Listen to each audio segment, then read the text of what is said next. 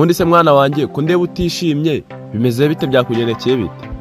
Papa njyewe rwose uriya mwarimu utwigisha imibare namuhaze kuko sinyimushaka. Reba nkawe ejo bundi yaratubwiye ngo 5 uteranyijeho 5 ni 10.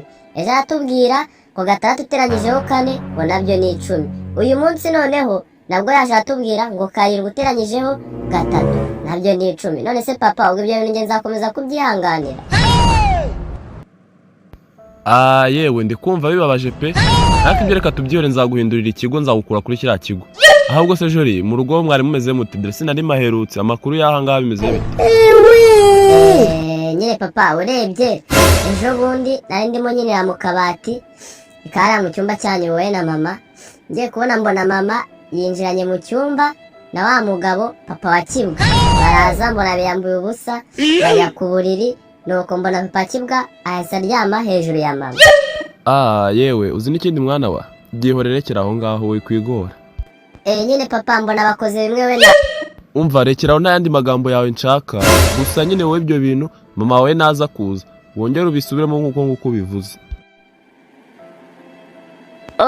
Mwiriwe neza mugabo wanjye sha, nari ngukumbuye.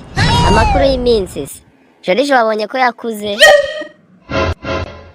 Umva ibyo bindi byihorere, ahubwo menya ko naje kugira ngo nge nawe duhane gatanya, dutandukane nk'umugore n'umugabo, kuko sinzongera kubana nawe. Wabyumvise neza?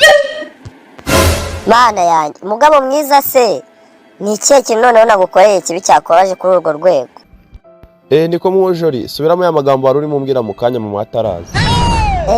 Nyine papa ejo bundi nari ndimo nyinira mu cyumba cyawe na mama, ngiye kubona mbona mama yinjiranye na papa wa Kibwa.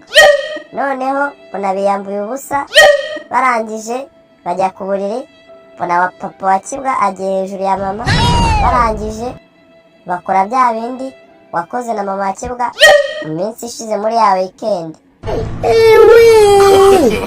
No.